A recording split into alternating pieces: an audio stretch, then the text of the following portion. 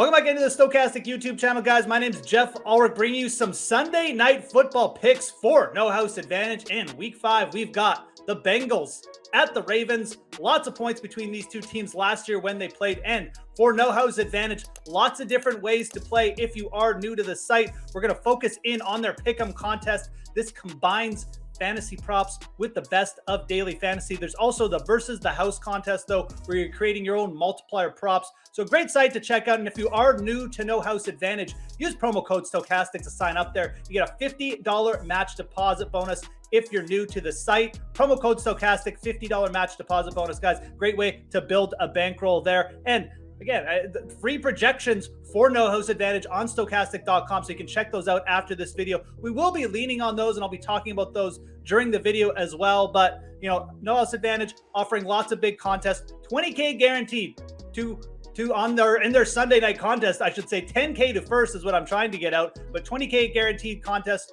for their Pick'em contest on Sunday Night Football. Really worth checking out.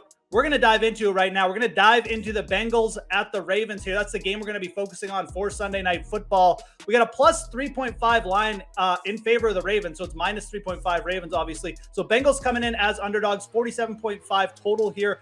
And again, I mentioned, these two teams, they put up a lot of points. Mainly it was the Bengals who put up points. The Bengals put up over 40 points in both meetings against the Ravens last year. Burrow was just dropping dimes against the secondary. And we come into this meeting this year, and again, the Ravens having issues in the secondary. They've really been a bottom 5 pass defense already.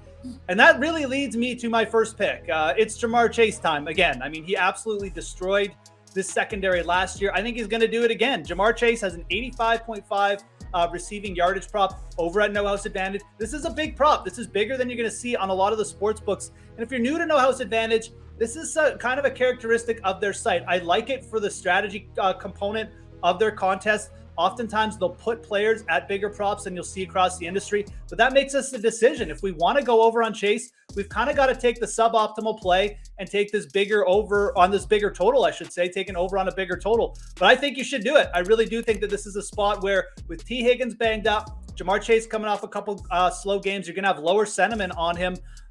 The Baltimore Ravens secondary has just been giving up a ton of big plays. You look at where they're at, yards per pass attempt against, just yards per play against. And I just don't think that they have the horses in the secondary with Marcus Peters on the outside to really keep up with Ja'Marr Chase at all, to really stop this guy. So I'm looking at Chase to go over his prop on this one. I think he'll get there.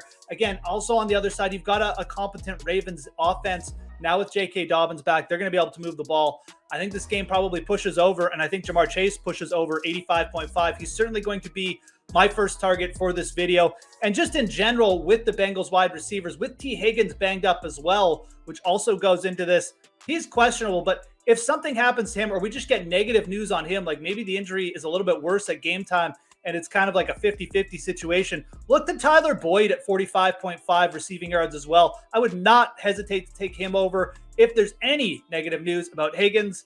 So look to that. That's an injury issue we want to keep an eye on for sure for No House Advantage. Again, with both the Pick'em contest and if you're making against the house tickets. So let's head over to the other side of the ball, because if we think, the Bengals are going off and their passing offense is going to do great things here, and I do think that's going to happen, then we got to take a look at Mark Andrews, 75.5 receiving yards. Let's go over on both of the big studs in this game. I think Mark Andrews is also in for a big game. He put up 125 yards versus the Bengals in their loss late in the season last year, the second time they played. And really, the Bengals are just not a good team at defending against the tight end. They haven't been terrible this year, but a lot of why they have kind of been average this year has just been the matchups, in my opinion. Last year, they were a clear bottom 5 team in defending against the tight end in yards and receptions. Mark Andrews is just an absolute stud. He's coming in as a top 5 player in terms of team target share. There's no wide receiver on the Ravens that is suddenly going to pop up and take away Mark Andrews' target share, especially in a game like this where the Ravens are going to need to put up some yards and really just keep up with the Bengals offense, who I don't think they're going to be able to stop. So again, we've got a little bit bigger prop on Andrews than we're seeing across the industry, but this one on Andrews really isn't that big. Like I think that leaning over here is absolutely fine. I'm not even sure if it's suboptimal either. And again, you can check out our projections for this game over on Stokastic.com after this video. Free on the site. They're going to give you lots of insight into what's going on here. But just like Chase, I like going over on Mark Andrews. I think both of the big studs here are going to be really hard to stop for the opposing defenses. They're kind of matched up against the weakest part of those secondaries anyways. So Mark Andrews, 75.5. Again, he's just been a beast to start the year. I see no reason to fade him here. Let's go over on Ja'Marr Chase. Let's go over on Mark Andrews. Let's play for a high-scoring game. If we do think that the Ravens are going to be throwing a lot, though, that could lead to one thing. That could lead to, Lamar Jackson dropping back a little bit more than usual, and Lamar Jackson throwing late in the game, and Lamar Jackson throwing an interception. He's played great to start the year, but he has thrown a pick in 3 of the 4 starts so far. So the Ravens, just as a whole, as an offense, even with J.K. Dobbins back, I think they're still going to be passing more than people realize. I don't really think that they're going to revert back to a couple of years ago when they were rushing the ball a whole lot more. I think Lamar for a pick in this game is pretty good. The Bengals have pretty solid outside corners. I don't think that the Ravens wide receivers are necessarily going to get super loose in this game. And I do think that if Lamar is in a spot late in the game where he's having to throw, he's having to push the ball a bit downfield, I think that the Bengals corners can potentially win a matchup there and grab a pick for him. So this is also a prop for the pick'em contest where I don't think many people are going to be looking at this one. I think that, when you have an elite quarterback taking an over on an interception prop, and Lamar's interception prop is just 0.5. So we're just asking for 1 interception, but I just don't think many people are going to be going there. And so it's probably going to be a good low-owned prop for your pick'em contest. You could even put it up in your higher point category. Again, you get like a 10 through 7 spot. So that's something I would actually be looking to do. It's contrarian. It definitely lead you off in a nice spot, get you leverage against the field if he hits it, because I just don't think it's going to be a highly owned one. So let's put Lamar in for a pick. I'm sure he'll still rack up the passing yards, but I like looking at this interception, especially, again, for a quarterback who I just think is going to have high sentiment overall, and most people won't be looking for that one. So let's stay with the Ravens for our last pick, though. And let's go to J.K. Dobbins. We got to throw in at least one under in this game, and J.K. Dobbins has a rushing prop of 60.5 yards.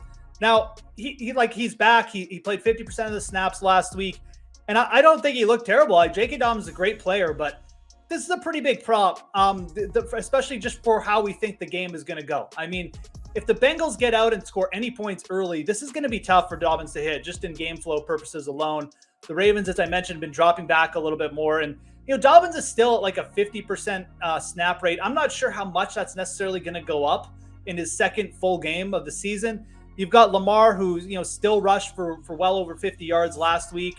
I don't see that Lamar Jackson in a game where they're behind is necessarily going to start handing the ball off more to J.K. Dobbins. So I get 60.5. I feel pretty good about the under here. The Bengals rush defense has actually been very solid against opposing running backs too. Haven't allowed any big yardage games to this point. So J.K. Dobbins, a player I'm pretty comfortable fading. I think our projections over at Stokastic will probably agree with me on this one. Let's go under 60.5 to round out our picks here for the Sunday Night Football game. Lamar Jackson also has the exact same rushing prop. So this is also something you could combine. If you wanted to go under on J.K. Dobbins, maybe go over on Lamar Jackson rushing props. I'm definitely more bullish on Lamar Jackson as a rusher in this game. Again, you put the Ravens behind, he's just going to scramble a little bit more. I think there's a better chance Lamar goes over than Dobbins. So those are going to be our 4 main picks there, guys. Ja'Marr Chase over 85.5 receiving yards. Mark Andrews over 75.5 receiving yards. Again, these are bigger props than we're seeing across the industry, but for the pick'em contest, really good way to kind of be contrarian, in my opinion. I'm not sure if people will be necessarily be going over on both those players.